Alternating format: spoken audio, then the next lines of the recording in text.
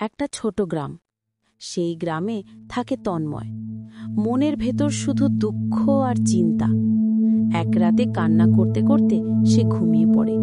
মনে তার একটাই কথা, মা কালী, আমাকে একটু পথ দেখাও। হঠাৎ চারপাশ অন্ধকার, আর দূরে নীল কালো আলো জ্বলতে থাকে। মন্দিরের ঘণ্টার ধ্বনি বাজে। তন্ময় ভয় পেয়ে যায়। আমি কোথায়? কি হচ্ছে আমার সাথে? আলোর ভেতর থেকে ধীরে ধীরে ফুটে ওঠে দেবী কালী। গলায় করটি মালা, হাতে খড়গ, কপালে তৃতীয় নয়ন। মা, মা কালী! ভয় করিস না সন্তানে, যেখানে ভক্তি আছে সেখানে আমি আছি।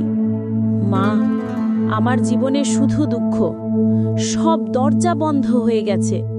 আমি পথ খুঁজে পাচ্ছি না মা। দরজা খুলে দেওয়ার চাবি তোকে আজ দেব।